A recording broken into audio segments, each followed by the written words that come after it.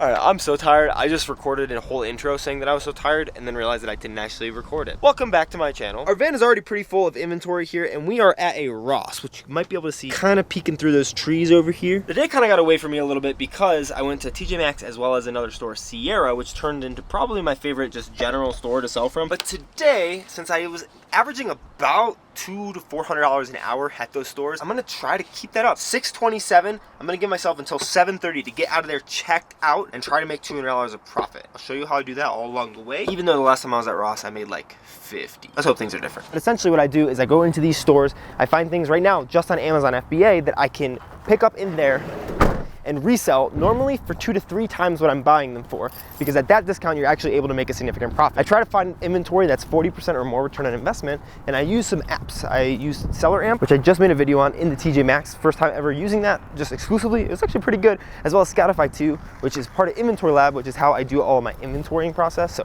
we're gonna head in here today. I'll share with you some tips and tricks and just some examples of good and bad buys as we go throughout the store, but I only have an hour, so we're gonna have to fly. All right, let's snag a cart real quick. In these stores, I tend to like to start kind of on the other side. But we're gonna be a little funky today. We're gonna start on this side. I don't really often look at these like sandals. I know some people have sold them before. I just never have, and they seem like a little bit of a hassle, but I do like to check out all the socks. I won't really look at the shoes because on Amazon, you need boxes to sell shoes. This is a question I get sometimes, especially when I was buying shoes. That was all for eBay. If they don't have boxes, you can't sell them on Amazon. But we're gonna look through here, all the socks, all of like the topicals, kind of creams, things like that. Those sell for me pretty decently. Anything else that we can find that's profitable that we are able to sell, which is called being ungated in it. You're gated in a category if Amazon doesn't let you sell it. And when you get started, there's a lot of those things that you're not gonna be able to sell right off the bat. However, the more you sell, the more Amazon will ungate you in automatically, and you can request to get ungated if you get manufacturer invoices. So a couple things that are cool. So in Scoutify 2, I can adjust my tax rate. Since I'm probably not gonna get sales tax exempt here at Ross, because they don't normally do that, I re-upped it to 8.5%, and that made these just outside of my 40% profit margin, but still 35, and I know that they will sell, and there's no FBA offers. And when there's no FBA offers, sometimes you can get higher prices than what the FBM offers are, because you still will probably get the buy box if you're like 50 cents to $1 more. Also, there's soccer shoes again. I hope they have these in my size. They're soft grounds. I haven't played soccer in so long. I've been playing so much disc golf. I really gotta play, but these are top of the line ones. And they're only 18 bucks. They're size 5.5 though. I'm gonna put them back. There's no need for me to keep these in my van. We're like 6 minutes in, let's try to find some stuff. So honestly, the key when you're at these type of stores, if you're just starting out or if you're like really struggling to find products, honestly, is just scanning everything. Like literally scanning as much as you possibly can, more than you think that you would need to scan. Because 2 things. First off, there are gonna be things that you don't think will be profitable. Holy crap. Like this, where there's a lot of offers on it. It's a conditioner, and if you look at this Keep It chart, it's selling all over the place, even though it's an orange thing up here in Scoutify 2, meaning it's probably not the best buy, but in this case, $7.99, it's gonna make me 50% return on investment. We'll go ahead and add that.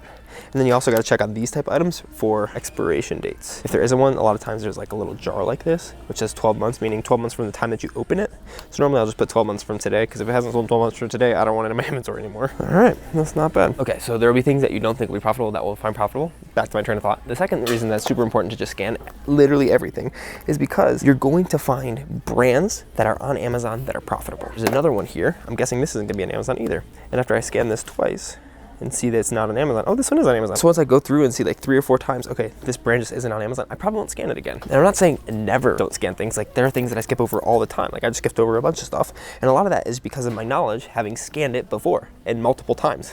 So I'm scanning things that look like they'll be profitable based on my knowledge base of sourcing. Because a lot of times I'll hear new people who comment, they're like, hey, I go to these stores, I can't find anything. And it's like literally scan everything. Until you learn what's good to scan and what you shouldn't scan or don't need to, literally scan everything. And that's what I do. Like sometimes I'll go through an aisle and I'll just scan every single product. That's how you're able to actually find the product. It takes a lot more time, but especially if you have like 10 Rosses in your area, you go and scan one Ross completely, like the whole store one day, and then the rest of the week you go to the other Rosses and just pick up those same pieces of inventory that you found that were profitable. You don't really have to scan everything at that point unless you see something new that from your scanning experience, you think, hey, this might be profitable. And normally they just divide inventory between the stores. One of the biggest tips that I have for you if you're struggling with finding profitable inventory, genuinely go to an aisle, scan every single product in the aisle. And if you don't find anything in that aisle, go to the next aisle. If you don't find anything in 3 aisles and you're demotivated, maybe Amazon isn't for you, but you'll definitely have found something. Whether it's gated for you or not is another question. You need to find inventory that can be profitable for you if you were ungated, and there will be things even within that that are ungated for you. Just gotta hope that the service doesn't suck like it does here. Oh, and no items found.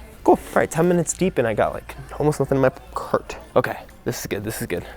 Got some Sakis, Under Armour and Stance stocks. Oh no, this is where I need it to not be freaking taxed because it's $7. List price $16.42, so you get back $9.85. I thought this was $6 at 7, so I'm only making $2.85, which is not 40%, but it would be closer to that if I wasn't taxed on it. Dang it, dang it, dang it, dang it, dang it. These ranks are so high today. If you're new on Amazon, a rank, the higher the rank is, the worse it is for you because the lower ranked items are the ones that sell the most. So I always want to find stuff that has literally the lowest ranks possible. So that means it'll sell as fast as possible, and the faster something sells, the easier you get your money back. I feel like that's pretty self-explanatory though. Yeah, these ranks are 1 in 2 million. That's too high. Yeah, for general, I have a video that I'll link in the cards about what I look for when I'm buying products. And like my rules for profitable inventory, I have adjusted them down a little bit. There we go. So this is something where it's back under my target threshold, which for clothes is like 300-ish thousand. That's when I know something is going to probably sell, especially if I've sold a brand before. Sometimes if I haven't sold a brand, I'll always check Keepa, which is something I have integrated here.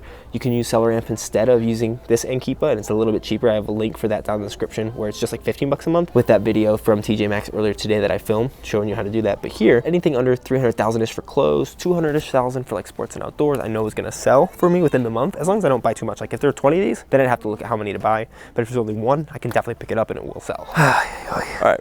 I'm gonna say goodbye for a second because it's been 20 minutes and I barely have anything in my cart.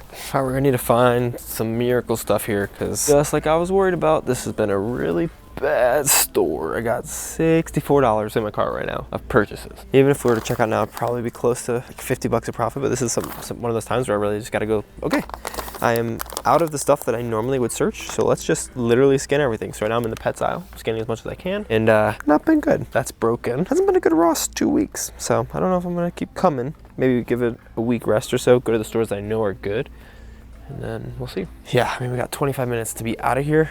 I would like to have at least 100 bucks in the cart, so if I could find another $40 of profit, that'd be awesome. All right, last little, there's just always more stuff to scan. $5 here. It's on Amazon, 89,000 rank, good rank. I guess it sells for like 10 bucks, doesn't it? No, $6.58. Brutal. Won't sell them, but these are the best snacks ever. Nope, not on Amazon. Pretty good. You guys don't do tax exempt for resale, correct? I don't believe so. Okay, that's what I thought. I just always like to ask. One Ross did it for me, and now I ask every time I go. That's not the worst. I had 3 of something, but I only put 1 on my buy list. Oh, that camera died. But luckily, I had accidentally miscounted something. So only something that's like 30% profitable, so it's like not the best thing to have miscounted. I think close to 40. Let's go ahead and add this into the rest of the day. And unfortunately, you can't just have every day, or not every day. Every store would be amazing when you're having like a good day reselling. There's always that 1 or 2 stores that you either get skunked at completely, or you just don't really find a lot of stuff. So I'm gonna go ahead and send that batch over here. I'm just hoping I made at least $50. We're out of there. It's 7:26, way less than an hour. Sometimes you just gotta get out of a bad store. All right. And honestly, at these Rosses, sometimes they're really good, but I really only have them be really good when they just get like a batch in of just the right type of sock screen or just the right type of electronics. I don't consistently find a lot of stuff. I honestly feel like TJ Maxx personally and Marshalls are better stores for Amazon reselling than Ross's are. Let me know if that's your guys' opinion as well.